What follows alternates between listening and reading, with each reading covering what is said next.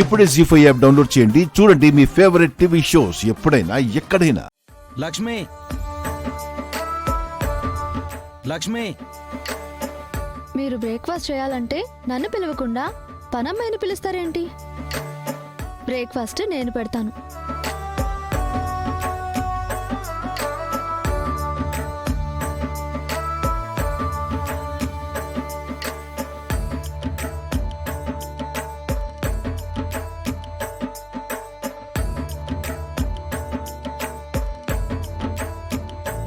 తినండి,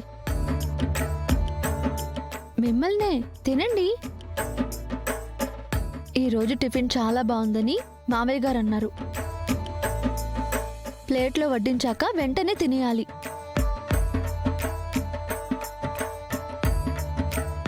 ఏంటండి మాట్లాడరు? ఆకలిగా లేదా? ఈ టిఫిన్ నచ్చలేదా? ఆ టిఫిన్ వడ్డించిన నువ్వు నచ్చలేదు.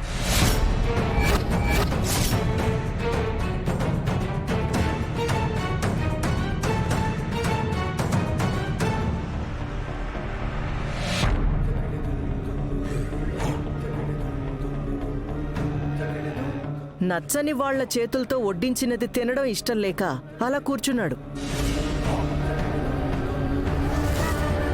పెళ్ళం పెట్టే టిఫిన్ నచ్చదు కానీ పనోళ్ళు పరాయి వాళ్ళు పెడితే నచ్చుతుందా ఏంటి? నువ్వనుకుంటే పెళ్ళానివైపోతావా? నువ్వు కలుపుకుంటే మాత్రం మీ బంధం నిలుస్తుందా? ఈ తాళి గుండెల మీద ఉన్నంత కాలం ఆయన నాకు భర్తే. నేను బతికున్నంత కాలం ఆయనకి నేను భార్యనే.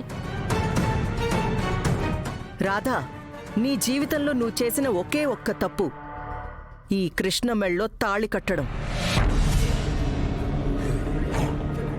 ఎవరైనా తప్పు చేస్తే దానికి శిక్ష వేరే జన్మలోనో కర్మఫలం ప్రకారం కొన్ని సంవత్సరాల తర్వాతనో శిక్ష పడుతుంది. నాకు తప్పు చేసిన వెంటనే ఇలా శిక్ష వేశాడు. నేను నీ కొడ్డిస్తాను.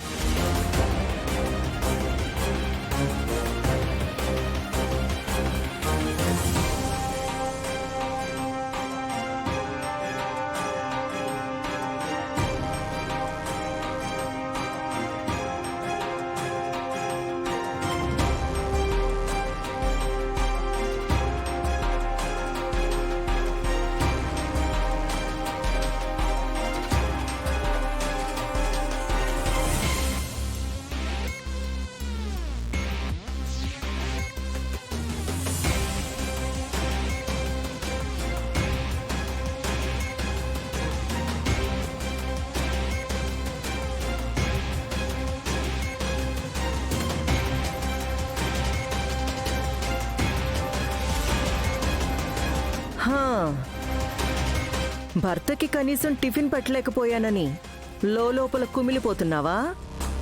లేదు,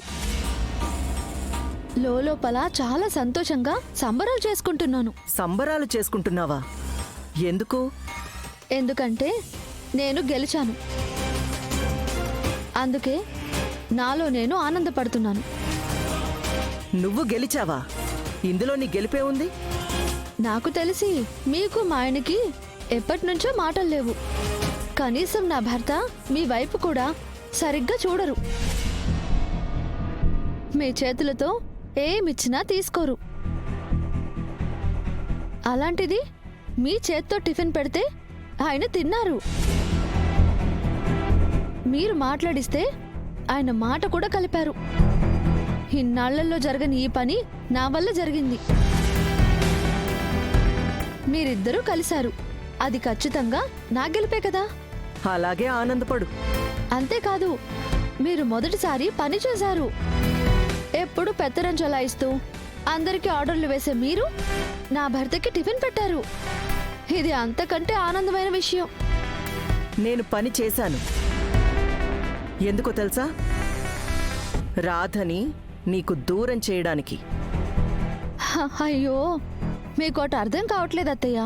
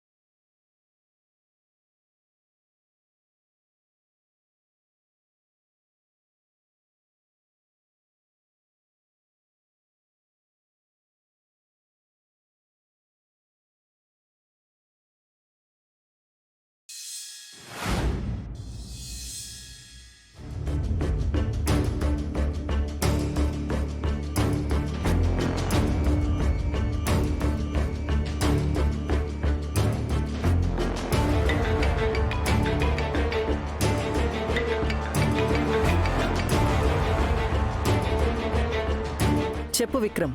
మేడం, మీకు గుడ్ న్యూస్. ఏంటది? మీరు అనుకున్నట్టే ఆ రాణమ్మ గారు మా ఇంటికి వచ్చారు. వచ్చిందా? ఏమంది నీ కాబోయే అత్త? అన్నీ మాట్లాడారు. రేపు మంచి ముహూర్తం ఉంది, ఆ ముహూర్తంలోనే నిశ్చితార్థం పెట్టుకుందామని చెప్పారు. హా. ఓ, అంటే నీ ట్రాప్లో రాణెమ్మ పడిపోయిందా? Yes madam.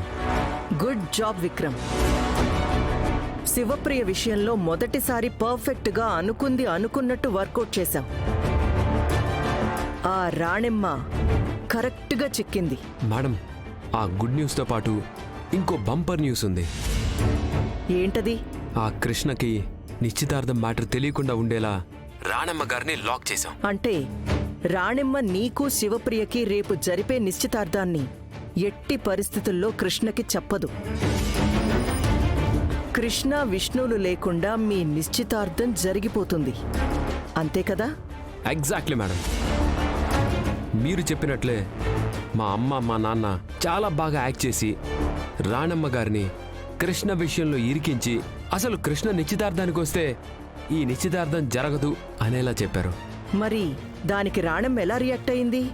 మొదట కొంచెం కన్విన్స్ చేయాలని చూశారు, బట్ మా పేరెంట్స్ లొంగకపోయేసరికి రాణమ్మ గారు ఒప్పుకున్నారు. Very good Vikram.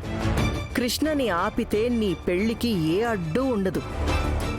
జీ5 app download చేసి అన్ని ఎపిసోడ్స్ పూర్తి ఉచితంగా చూడండి.